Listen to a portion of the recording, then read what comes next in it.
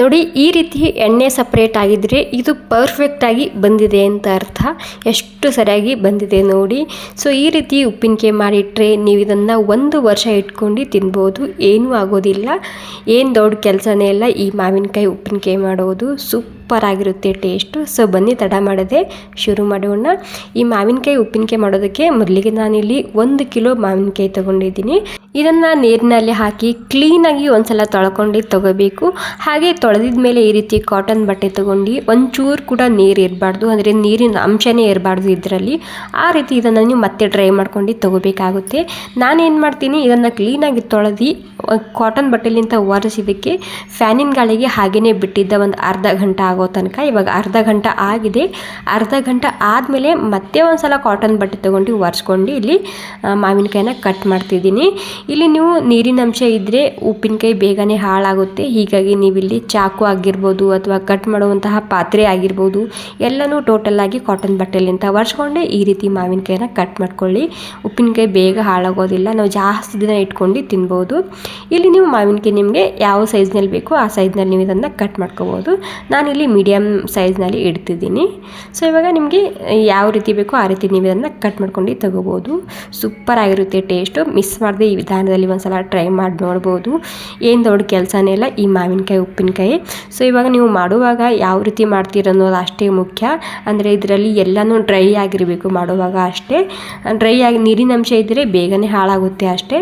ಇವಾಗ ನೋಡಿ ಮಾವಿನಕಾಯಿ ನಾನಿಲ್ಲಿ ಕಟ್ ಮಾಡ್ಕೊಂಡಾಗಿದೆ. ಕಟ್ ಮಾಡಿದ ಮೇಲೆ ಇದಕ್ಕೆ ಮತ್ತೆ ನಾನು 1 ಗಂಟೆ ಆಗೋ ತನಕ ಫ್ಯಾನಿನ ಗಾಳಿಗೆ ಬಿಡ್ತಿದ್ದೀನಿ. ಏನಾದ್ರು ಅಲ್ಪ ಸ್ವಲ್ಪ ನೀರಿದ್ದರೆ ಅದು ಕೂಡ ಇಲ್ಲಿ ಒಣಗುತ್ತೆ. ಸೊ ಇವಾಗ ಡ್ರೈ ಆಗಿದೆ. 1 ಗಂಟೆ ಆದಮೇಲೆ ಈ ಪಾತ್ರೆಗೆ ಹಾಕೊಂಡಿದ್ದು ನಾನಿಲ್ಲಿ. ಇವಾಗ ಇದಕ್ಕೆ 2 ಚಮಚ ಉಪ್ಪು ಹಾಕ್ತಿದ್ದೀನಿ, 1 ಚಮಚ ಅರಿಶಿಣ ಹಾಕ್ತಿದ್ದೀನಿ. ನೀಟಾಗಿ ಮಿಕ್ಸ್ ಮಾಡ್ಕೊಂಡು ಇದಕ್ಕೆ 1 ರಾತ್ರಿ ಪೂರ್ತಿ ಹಾಗೆಯೇ ಬಿಡ್ತಿದ್ದೀನಿ. ಬಿಟ್ಟರೆ ಏನಾಗುತ್ತೆ, ಇಲ್ಲಿ ಮಾವಿನಕಾಯಿ ಪೂರ್ತಿ ಸಾಫ್ಟ್ ಆಗುತ್ತೆ. ಇವಾಗ ನಾನು ಇದಕ್ಕೆ ಬೆಳಗ್ಗೆ ತೋರಿಸ್ತಿದ್ದೀನಿ, ಅಂದರೆ 1 ರಾತ್ರಿ ಪೂರ್ತಿ ಹಾಗೆಯೇ ಬಿಟ್ಟಿದ್ದ. ಈ ರೀತಿ ಬೆಳಗ್ಗೆ ತೋರಿಸ್ತಿದ್ದೀನಿ. ಈ ರೀತಿ ಪೂರ್ತಿಯಾಗಿ ನೀರು ಬಿಟ್ಕೊಂಡು ಮಾವಿನಕಾಯಿ ಸಾಫ್ಟ್ ಆಗುತ್ತೆ. ಈ ನೀರನ್ನ ಚೆಲ್ಲೋ ಹಾಗಿಲ್ಲ, ಸೊ ಬಳಸಬೇಕು ಹಾಗೆಯೇ ಇದಕ್ಕೆ. ಇವಾಗ ಪ್ಯಾನ್ನಲ್ಲಿ 3 ಚಮಚ ಧನಿಯಾ ಹಾಕ್ತಿದ್ದೀನಿ, 2 ಚಮಚ ಸೋಪ್ ಹಾಕ್ತಿದ್ದೀನಿ, 1 ಚಮಚ ಜೀರಿಗೆ ಹಾಕ್ತಿದ್ದೀನಿ, ಹಾಗೆ 1 ಚಮಚ ಮೆಂತ್ಯ ಹಾಕ್ತಿದ್ದೀನಿ, ಮತ್ತು ಅರ್ಧ ಚಮಚ ಕಾಳು ಮೆಣಸು, ಅರ್ಧ ಚಮಚ ಲವಂಗ ಹಾಕ್ತಿದ್ದೀನಿ. 1 ಕಿಲೋ ಮಾವಿನಕಾಯಿಗೆ ಇದು ಕರೆಕ್ಟಾಗಿರುವಂತಹ ಮೆಜರ್ಮೆಂಟ. ಜಾಸ್ತಿ ಹಾಕೋಬಾರ್ದು, ಇಷ್ಟೇ ಹಾಕ್ಕೊಳ್ಳಿ, ಸೂಪರ್ ಆಗಿರುತ್ತೆ. ಇವಾಗ 5ರಿಂದ 6 ಬ್ಯಾಡಗಿ ಮೆಣಸಿನ್ಕಾಯಿ ಹಾಕ್ಕೊಂಡಿನಿ. ನಿಮಗೆ ಜಾಸ್ತಿ ಖಾರ ಬೇಕಿದ್ರೆ ಇಲ್ಲಿ ಮೆಣಸಿನ್ಕಾಯಿ ಕ್ವಾಂಟಿಟಿ ಜಾಸ್ತಿ ಮಾಡ್ಕೋಬೋದು. ಲೋ ಫ್ಲೇಮ್ದಲ್ಲಿ ಹಸಿ ವಾಸನೆ ಹೋಗೋ ತನಕ ಇದನ್ನು ಹುರ್ಕೊಂಡು ತಗೋಬೇಕು. ಜಾಸ್ತಿ ಹೊತ್ತಬಾರ್ದು ಈ ಎಲ್ಲ ಸಾಮಗ್ರಿ. ಓಕೆ ನೋಡಿ, ಎಲ್ಲನೂ ಹಸಿ ವಾಸನೆ ಹೋಗಿದೆ. ಪ್ಲೇಟ್ನಲ್ಲಿ ಹಾಕಿ ಇಟ್ಕೊಂಡಿನಿ. ಈ ಮಸಾಲೆ ಇವಾಗ ಪೂರ್ತಿಯಾಗಿ ತಣ್ಣಗಾಗಬೇಕು. ತಣ್ಣಗಾಗೋ ತನಕ ವೇಟ್ ಮಾಡಿ. ಓಕೆ, ಇವಾಗ ಪೂರ್ತಿಯಾಗಿ ತಣ್ಣಗಾಗಿದೆ. ತಣ್ಣಗಾದ್ಮೇಲೆ ಇದನ್ನು ನಾನು ಮಿಕ್ಸಿ ಜಾರಿಗೆ ಹಾಕ್ತಿದ್ದೀನಿ. ಬಿಸಿ ಬಿಸಿ ಇದ್ದಾಗ ಪುಡಿ ಮಾಡಿಕೊಂಡ್ರೆ ಮುದ್ದೆ ಥರ ಆಗುತ್ತೆ, ಅದು ನೀರು ಬಿಟ್ಕೊಳ್ಳುತ್ತೆ. ಹೀಗಾಗಿ ತಣ್ಣಗಾದ್ಮೇಲೆ ನೀವಿಲ್ಲಿ ಪೌಡ್ರನ್ನ ಮಾಡ್ಕೊಳ್ಳಿ. ಇಲ್ಲಿ ನಿಮಗೆ ತರಿ ಬೇಕಿದ್ರೆ ತರಿಯಾಗಿ ರುಬ್ಕೋಬೋದು, ಬಟ್ ನಾನು ಇದಕ್ಕೆ ಸ್ಮೂತಾಗಿ ರುಬ್ಕೊತಿದ್ದೀನಿ. ನೋಡಿ, ಈ ರೀತಿ ಬೇಕಿದ್ರೆ, ಅಂದರೆ ಈ ರೀತಿ ಇಷ್ಟ ಇದ್ದರೆ ಇದೇ ರೀತಿ ರುಬ್ಕೊಳ್ಳಿ, ಅಥವಾ ನಿಮಗೆ ತರಿ ಇಷ್ಟ ಇಲ್ಲ ಅಂದರೆ ನನ್ನ ಥರ ಸ್ಮೂತಾಗಿ ರುಬ್ಕೋಬೋದು. ಓಕೆ ನೋಡಿ, ಇವಾಗ ಸ್ಮೂತಾಗಿ ಪೌಡ್ರ್ ಮಾಡ್ಕೊಂಡಿನಿ. ಇವಾಗ ನಾನಿಲ್ಲಿ ಈ ಪೌಡ್ರ್ ಮಾಡ್ಕೊಂಡಾದ್ಮೇಲೆ ಇವಾಗ ಪ್ಯಾನ್ ಇಟ್ಕೊಂಡಿನಿ ಗ್ಯಾಸಿನ ಮೇಲೆ. ಇವಾಗ ಈ ಪ್ಯಾನಲ್ಲಿ ನಾನು 1 ಕಿಲೋ ಮಾವಿನಕಾಯಿಗೆ 1 ಕಪ್ ಆಗೋಷ್ಟು ನೀವಿಲ್ಲಿ ಎಣ್ಣೆನ ಹಾಕೋಬೇಕಾಗುತ್ತೆ.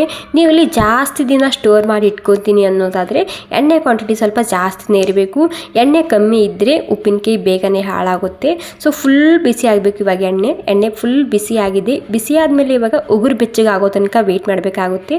ಇವಾಗ ಉಗುರು ಬೆಚ್ಚಗೆ ಆಗಿದೆ ಅಂದರೆ ಫುಲ್ ಕಡಕ್ ಬಿಸಿ ಮಾಡ್ಕೋಬೇಕು. ನಂತರ ಇದಕ್ಕೆ ಉಗುರು ಬೆಚ್ಚಗೆ ಆದಮೇಲೆ 1 ಚಮಚ ಈರುಳ್ಳಿ ಬೀಜ ಹಾಕ್ತಿದ್ದೀನಿ, 1 ಚಮಚ ಅಜ್ವೈನ್ ಹಾಕ್ತಿದ್ದೀನಿ.